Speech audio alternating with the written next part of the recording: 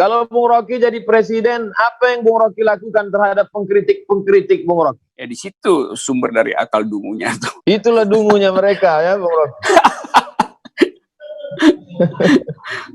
Saya tidak mengutuk kekuasaan, saya mentertawakan kekuasaan itu. Kekuasaan, kritik, karena kritik itu kan mengerikan. Kekuasaan yang paling dungu itu kekuasaan yang anti pikiran. Dunia penuh dengan caci maki, sampai-sampai manusia teler. Senang berteman dengan Bung Rocky, bersama-sama kita hadapi buzzer. No salat, no khidmat.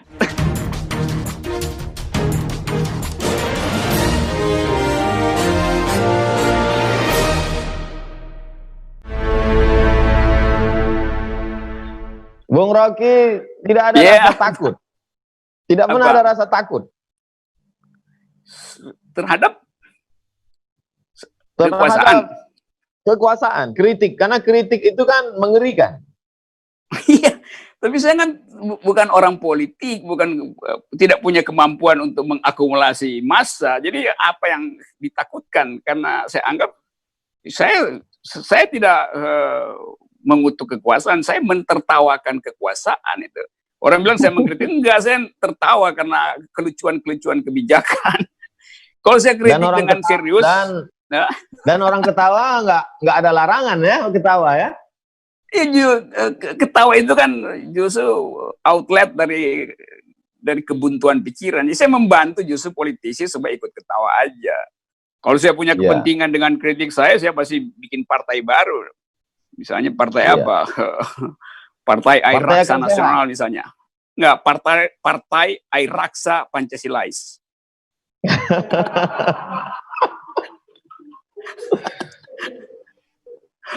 Bung Rocky, apa yang dialami oleh Habib Rizik? Apa yang dialami oleh Habib Rizik?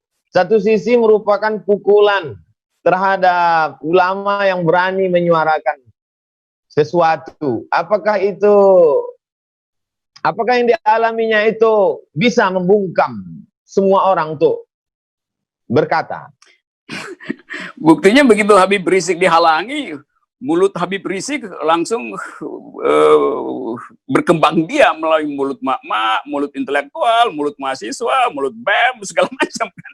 Jadi percuma, karena kalau seseorang penguasa ingin membungkam mulut seseorang, maka si penguasa harus punya surplus moral untuk memperlihatkan bahwa dia lebih bermoral, dia lebih mengetahui keadaan, baru orang percaya. Kan Habib Rizik dibungkam karena soal moral sebetulnya. Loh, itu urusan privat Habib Rizik. Jadi kalau Habib Rizik mengkritik kekuasaan, lalu dihubungkan bahwa dia punya defect di dalam kehidupan pribadi, itu kan curang kan, itu kan tidak fair. Sama seperti kalau saya misalnya mengkritik kekuasaan, atau Said Didu mengkritik kekuasaan, siapa lagi mengkritik kekuasaan, lalu dipersoalkan oleh buzzer, dia ini begini. Itu nggak ada urusan dengan apa yang dia kritik. Dia mengkritik urusan publik. Urusan privat dia jangan dikaitkan di situ. Itu berarti kalau orang punya rahasia pribadi nggak boleh kritik kekuasaan. Ya di situ sumber dari akal dungunya tuh. Nah, itu yang sekarang pemerintah sibuk kan. Begitu ada seseorang mengkritik, seorang tokoh mengkritik, pemerintah segera menyewa buzzer supaya bongkar kehidupan privatnya tuh. Maka dibongkar panjang lebar tuh. Nah, kenapa buzzer bisa membongkar itu? Karena buzzer-buzzer yang dipiara negara ini itu banyak yang mantan wartawan. Wartawan dungu butuh uang jadi buzzer. Banyak yang mantan dosen. Dosen yang dungu butuh uang jadi buzzer. Banyak yang mantan LSM. LSM dungu butuh uang jadi buzzer. Jadi mereka tahu profil tokoh-tokoh tuh. Buzzer ini bukan orang yang nggak tahu biografi orang. Mereka juga dulu adalah orang-orang yang bergaul secara dekat dengan orang-orang yang sekarang lagi dia bully. Kan itu soalnya kan. Jadi kalau kita tanya kok buzzer sekarang sedang nonton juga. Oh, pasti lebih banyak yang nonton nih. Saya pasti selalu merasa begitu, karena itu saya hina-hina aja mereka di sini sekarang kan, karena saya tahu mereka lagi nonton. Berarti itu salah sendiri. beberapa hari ini kita siap-siap lah menerima berita baru ya. Itu artinya bagus juga kalau mulai ada kan pembuktian bahwa nanti Abdul Somad, Rocky Gerung bakal dibully setelah ini, itu membuktikan Buser lagi nonton, bagus juga. Ada usaha untuk melunakkan Bung Rocky. Oh, banyak betul. Di antara yang bujuk. Gimana cara yang ditempuh? Wow, mengerikan. Nanti saya WA aja, saya DM aja. Tapi kalau DM nanti Buser penasaran. Ya Buser udah ngerti lah kalau saya kasih sinyal DM berarti besok itu dia akan berupaya untuk nyusup menghack ke nomor WA Ustadz Somad itu, atau nomor saya itu udah standar prosedur. Wong WA BEM aja bisa dia masukin dan diambil alih, bagaimana? Twitter saya kan dirampas sama Buser, sama juga kan. Dan Buser senang bahwa saya nggak punya Twitter. Dia lupa bahwa dengan nggak ada Twitter dia nggak bisa bully saya. Sementara saya bisa bully mereka melalui forum semacam ini kan. Itulah. Iya. Itulah dungunya mereka ya, Bung Rocky.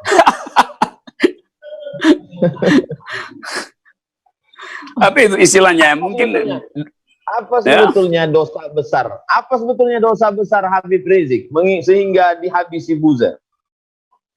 Loh, Habib Rizik itu nggak ada dosa politik. Kan dia kritik politik, lalu dihubungkan dengan dosa-dosa privat. Yang ada urusan apa? Dosa privat itu urusan Habib Rizik dengan akhirat. Nggak ada hak Buser atau kekuasaan untuk menilai seseorang selain hubungan dia dengan sesuatu yang dia anggap dia akan bertanggungjawabkan nanti kan. Tapi orang menganggap bahwa itu adalah kriminal segala macam itu. Sehingga seluruh dunia bahkan dikirimi notifikasi Interpol untuk soal yang ajaib gitu kan. Jadi biasa aja kan Habib Rizik mengkritik. Tapi tentu kita tahu Habib Rizik di belakangnya ada gerbong yang bersiap-siap untuk menjadi oposisi. Jadi dihalangi justru karena Habib Rizik punya gerbong itu. Saya untung nggak punya gerbong, tapi yang nggak punya gerbong seperti saya pun dihalangi, apalagi yang punya gerbong kayak Habib Rizik. Tetap Habib Rizik adalah tokoh politik yang punya potensi untuk menghasilkan pikiran alternatif terhadap penyelenggaraan negara ya. Itu hal yang justru mesti dirawat lah sebagai loyal opposition. Karena Habib Rizik nggak angkat senjata untuk menjatuhkan pemerintah. Ya. Apa bahayanya bagi kekuasaan, Bung Rocky? Kekuasaan yang paling dungu itu kekuasaan yang anti pikiran. Saya setiap hari cuma mengucapkan pikiran. Abdul Somad mengucapkan pikiran, Habib Rizik mengucapkan pikiran, Said Didu mengucapkan pikiran, si Ronald Buton mengucapkan pikiran. Nah, kekuasaan yang takut pada pikiran itu kekuasaan yang nggak punya pikiran.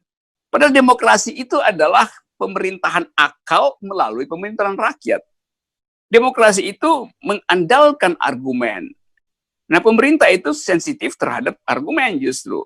Pemerintah balas dengan sentimen. Kalau kita mau berdebat, kita pasang argumen secara setara. Jangan saya pakai argumen, yang sana pakai sentimen. Lalu mulai mengeksploitasi keburukan-keburukan orang yang tidak argumentatif. Begitulah watak kekuasaan sekarang semacam itu. Anti argumen, tapi doyan dengan sentimen. Itu ajaib.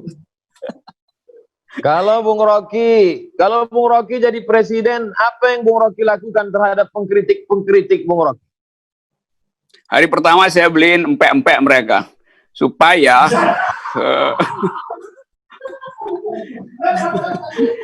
supaya protein otaknya tinggi. Empek-empek kan protein otaknya tinggi, itu aja. Jadi saya akan bujur-bujur itu setiap hari saya kirimin empek-empek itu supaya Gojek ada kerjaan di masa pandemi. Ya udah, ini ada sembako empek-empek dari Presiden Rocky Gerung begitu untuk para bujur.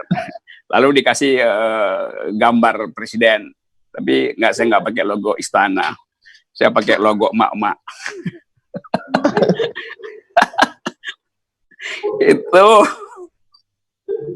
Bung Rocky kan akademisi filsafat UI. Apa mungkin setelah populernya Bung Rocky, banyak anak-anak muda kita ingin kursus akal sehat melalui filsafat. Apa sih filsafat itu, Bung Rocky? Filsafat itu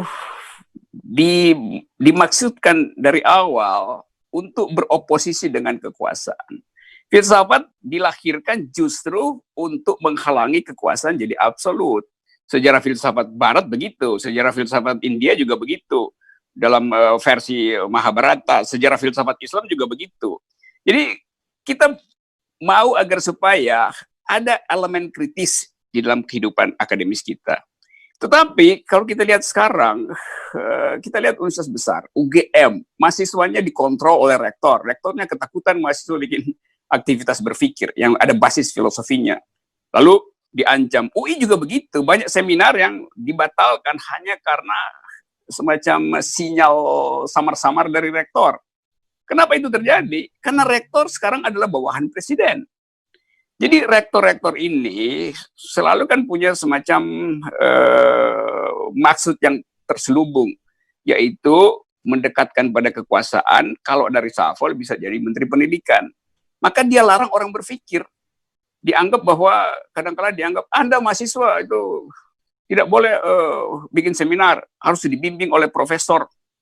Lo prinsip universitas, mimbar akademis itu adalah mimbar sivitas akademi, bukan sekedar mimbar profesor kan, guru besar kan. Itu kan alasan rektor aja, bahwa mesti ada guru besar yang dampingi. Siapapun yang punya dalil akademis, dia punya hak untuk naik mimbar akademis. Mau dia mahasiswa, mau dia dosen biasa, mau dia profesor, itu setara, dijamin kebebasan akademisnya. Kalau dibilang itu mimbar profesor, mimbar guru besar, banyak guru besar yang otaknya kecil gitu. Itu di Indonesia banyak gitu kan. Jadi kita ingin kembalikan fungsi dari kampus sebagai supply, penyuplai akal sehat. Nah, akal itu hanya disebut akal kalau dia bisa dikritik. Pikiran hanya disebut pikiran kalau dia bisa dibantah. Kalau saya mengucapkan sesuatu dan tidak boleh dibantah, itu artinya saya lagi berdoa. Doa nggak bisa dibantah. Tapi pikiran itu bisa dibantah. Nah, cara membantah yang paling mudah adalah tampilkan di wilayah akademis. Karena di situ ada metodologi kan. Kan kalau pikiran dipamerkan di pilkada, di panggung dangdut, kan nggak bisa dibantah kan. Karena yang datang kan konstituennya mah tepuk-tepuk tangan aja. Lain kalau pikiran akademis, itu akan membantah. Jadi mimbar yang paling mungkin untuk merawat akal sehat, ya memang mimbar akademis. Dan itu nggak boleh dikendalikan oleh kekuasaan itu. Kampus sebagai pusat akal sehat dikendalikan, dibungkam, ditutup. Lalu ini berarti gambaran kematian akal sehat. Akal sehat nggak akan mati.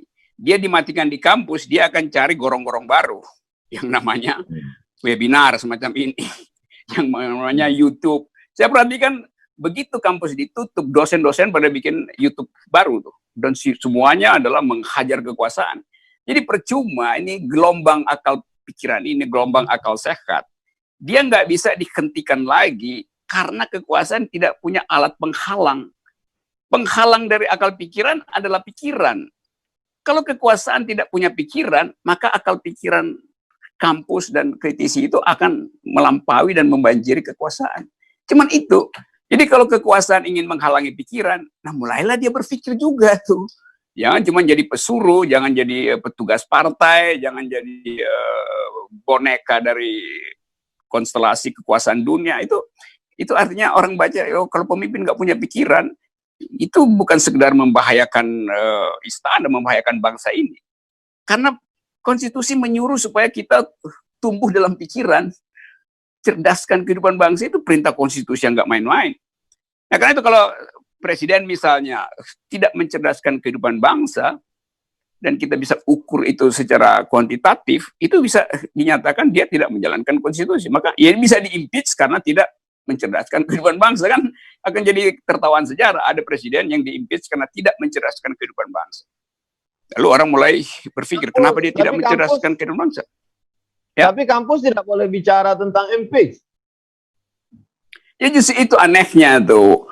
Kampus Fakultas Hukum nggak boleh bicara tentang pemaksulan. Padahal Undang-Undang Dasar mengatur soal pemaksulan. Loh, kampus bicara tentang apa yang diatur undang-undang kan? Kan kampus lagi bicara pasal yang ada di konstitusi, yaitu pemaksulan. Lalu orang bilang jangan ngomong pemaksulan. Kalau begitu hapus dari konstitusi dan pemaksulan itu. Jangankan pemakzulan, konstitusi aja bisa diubah, diganti. Nanti orang larang, jangan bicara tentang penggantian konstitusi. Loh, konstitusi bilang di pasal 37, saya bisa diubah. Syarat-syarat pengubahan, ada prosentase sidang, keputusan. Konstitusi sendiri memberi peluang dia untuk diubah. Sekarang kekuasaan melarang itu. Kan itu ajaib cara berpikirnya tuh. Apa yang mesti dilakukan supaya kita kembali menjadi bangsa yang bermartabat, yang berakal sehat? Tapi mesti dilakukan langkah-langkah apa aja, Bung Rocky? Langkah pertama, karena demokrasi macet kan diterangkan oleh Freedom House, oleh researcher dari luar negeri, bahwa demokrasi dalam masa kepemimpinan Jokowi adalah demokrasi yang paling buruk. Gitu. Lalu istana mulai membantah, nggak begitu. Kita udah bikin survei bahwa ternyata demokrasi kita tumbuh dengan baik. Loh, kok bisa kita percaya pada survei internal? Kan kita nggak bisa percaya pada auditor internal kan. Di dalam akuntansi yang boleh ngomong itulah auditor eksternal, bukan auditor dalam perusahaannya sendiri. Tuh. Jadi kalau kita tanya ke pejabat-pejabat komunikasi di istana, dari mana Anda dapat kesimpulan bahwa demokrasi bertumbuh di zaman Jokowi? Ya pasti dia bilang ini survei. Oh ya bisa, itu benar kalau respondennya adalah buzzer. Itu baru benar. Tapi ini luar negeri menerangkan itu. Jadi dalam keadaan tidak ada ukuran, atau ada ukuran tapi dibantah oleh kekuasaan, maka demokrasi mesti dirawat di luar wilayah kekuasaan. Itu yang disebut sebagai, dulu ada istilah parallel polis, waktu Eropa Timur mengalami transisi ke demokrasi di bawah pimpinan Václav Havel. Václav Havel menerbitkan yang dulu disebut pamflet samizdat itu di bawah tanah, atau Ayatollah Khomeini memproduksi kaset-kaset revolusi tentang keadilan lalu diselundupkan masuk ke dalam publik Iran pada waktu itu. Itu yang disebut sebagai paralel politik. Jadi politik yang membayang-bayangi politik kekuasaan. Nah sekarang di kita apa? Di mana letak politik pembayang-bayangan itu? Ya di dalam pembicaraan publik yang diam-diam yang tidak terdeteksi lagi oleh kekuasaan. Di dalam politik mak-mak yang setiap hari begitu mulai ber-WA, mulai bergosip tentang kekuasaan. Jadi itu yang akan terjadi sebetulnya. Nah kita perkuat itu aja, karena itu juga jaringan demokrasi yang baik. Kita nggak percaya lagi statistik pemerintah, nanti tiba-tiba ada menteri atau Menko datang dengan gagah perkasa di depan podium menerangkan keadaan, nggak ada yang percaya. Karena aura keadilan itu udah hilang. Mulai dari soal pemilu yang diselenggarakan dengan cara yang tidak adil dan tidak jujur, keputusan yang dibuat malam hari, semua itu menimbulkan satu kesimpulan bahwa kekuasaan itu sedang menyembunyikan kejahatan. Jadi kita nggak bisa lagi tutup itu. Saya berupaya untuk berpikir terbalik, tapi akhirnya kita tahu bahwa ada akal sehat publik yang nggak bisa dikoordinasikan lagi, sehingga dia akan punya cara sendiri untuk mencari outlet. Yang bahaya kalau outlet itu akhirnya tumbuh menjadi rasisme, tumbuh menjadi konflik horizontal.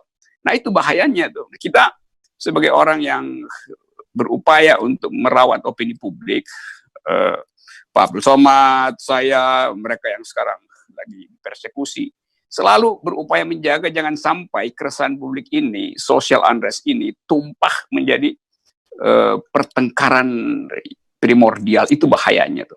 Kalau pertengkaran politik itu biasa, tapi kalau pertengkaran primordial, dia akan dieksploitasi oleh para penunggang kekuasaan, baik dalam negeri maupun luar negeri. Itu saya kira itu poin bijak yang bisa kita sampaikan pada publik. Bung Rocky, kita ada waktu sekitar 7 menit lagi karena saya janji dengan Bung Rocky tepat pukul 10 dialog kita berakhir. Okay. Saya ada pertanyaan yang cukup serius, Bung Rocky. Oke. Apa sih rasanya jadi dosen Dian Sastro? Ini pertanyaan yang paling membahagiakan karena diucapkan oleh seorang ustadz. Kalau wartawan gampang. Pertanyaan saya, mengapa pertanyaan itu harus dikhususkan ditanyakan oleh Ustadz Abdul Somad. Oke, saya Dian, ya orang selalu tanya itu kenapa, apa yang spesifik pada Dian Sastro? Nggak ada yang spesifik sebetulnya. Cuman pada waktu itu Dian Sastro itu public figure, orang yang dikenal di semua stasiun TV, semua mata kamera selalu membuntuti dia. Lalu dia masuk departemen filsafat. Saya kebetulan ngajar di situ waktu Dian masuk. Saya tahu perkembangan intelektualnya tuh. Waktu dia mau bikin skripsi, dia minta saya pembimbingnya. Saya bilang minta izin pada ketua departemen supaya nggak ada gosip gitu, favoritisme. Ketua departemen bilang oke, maka saya bimbing skripsi dia tuh.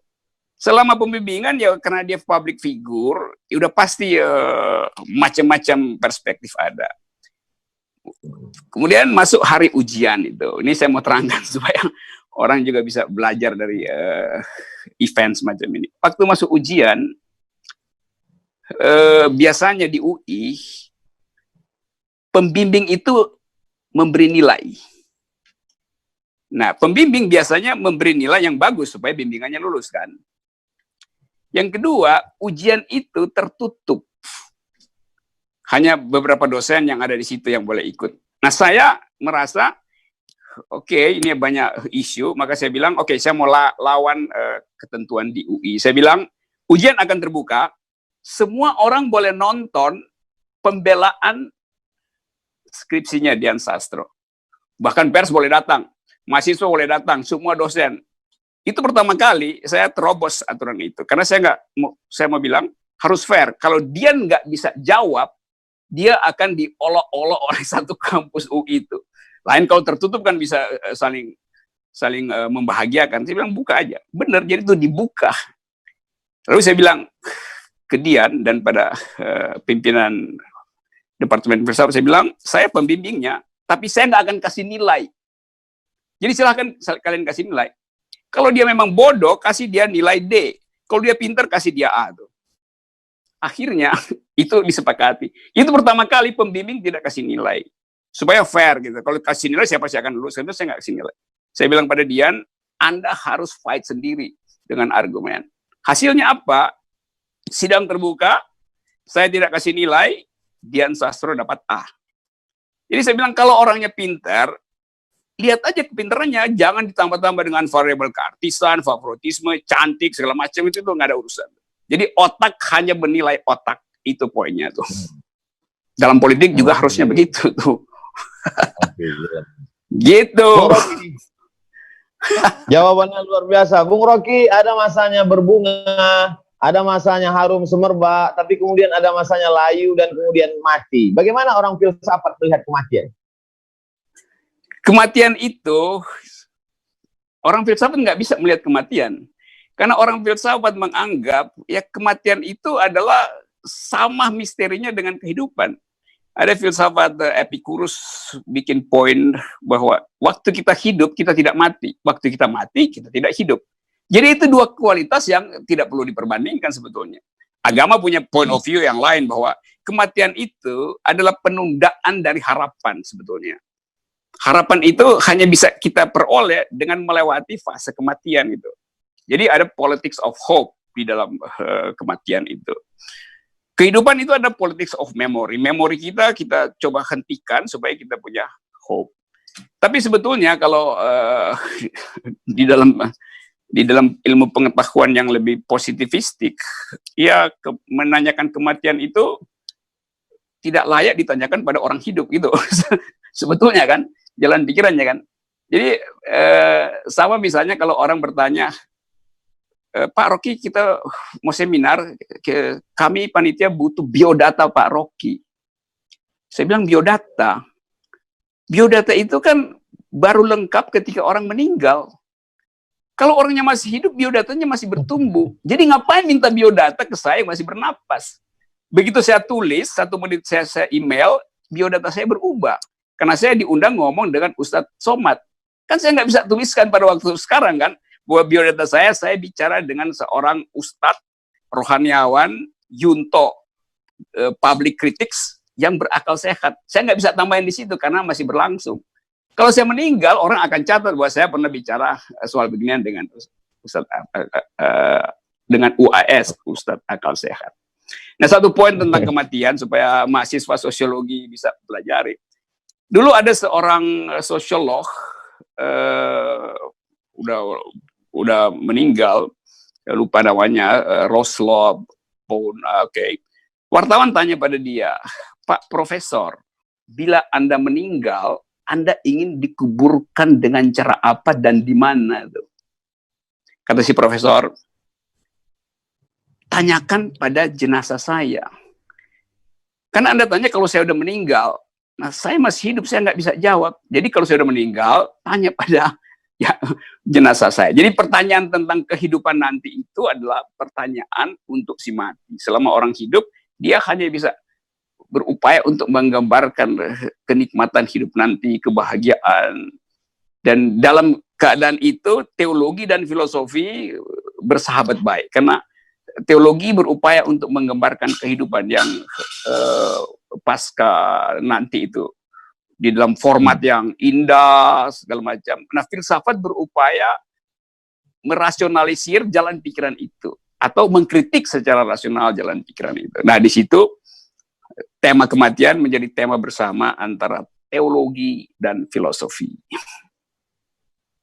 Apa yang ingin Bung Rocky tinggalkan untuk kemanusiaan? Saya ingin tinggalkan persaudaraan. Saya ingin tinggalkan kesetaraan warga negara. Karena kita nggak bisa tinggalkan hal lain. Kita nggak bisa bilang, kita akan tinggalkan moral yang baik. Mungkin 1 detik sebelum saya meninggal justru moral saya memburuk gitu kan. Saya tidak bisa tinggalkan materi segala macam. Jadi saya hanya bisa mengatakan bahwa persaudaraan, persahabatan itu adalah nilai terbaik di dalam kehidupan yang sekuler hari ini. Kehidupan yang di dunia tuh. Kehidupan setelah kehidupan sekulum adalah kehidupan yang setiap orang punya imajinasinya sendiri tuh. Jadi sebagai orang publik kita hanya bisa bicara tentang kepublikan manusia. Di dalam komunitas agama kita akan saling mendoakan. Di dalam komunitas religius kita berupaya supaya ada sahabat kita tiba dengan tanpa cacat di pintu surga. Kita ingin agar supaya keluarga kita ada di dalam suasana yang bahagia dan membayangkan kehidupan berikutnya juga dengan cara yang berbahagia. Tapi itu wilayah komunitas privat itu. Nah, dalam komunitas publik kita ingin agar supaya kesetaraan warga negara tetap dipelihara oleh rejim manapun. Penghormatan terhadap hak asasi manusia, social tolerance, segala macam. Jadi semua yang ada di konstitusi itu adalah nilai-nilai baik kehidupan publik. Konstitusi yang adil dan makmur tentunya tuh. Oke. Dunia penuh dengan caci maki, sampai-sampai manusia teler. Senang berteman dengan Bung Rocky, bersama-sama kita hadapi buzzer. Wah, no somat, no hikmat.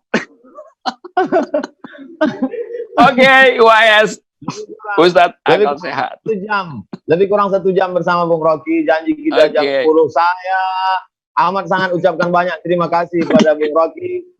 Insya Allah kita ketemu di Pekanbaru atau di Jakarta, bicara lebih panjang lebar lagi insya Allah.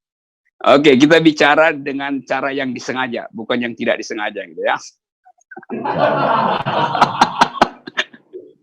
Oke, assalamualaikum warahmatullahi wabarakatuh.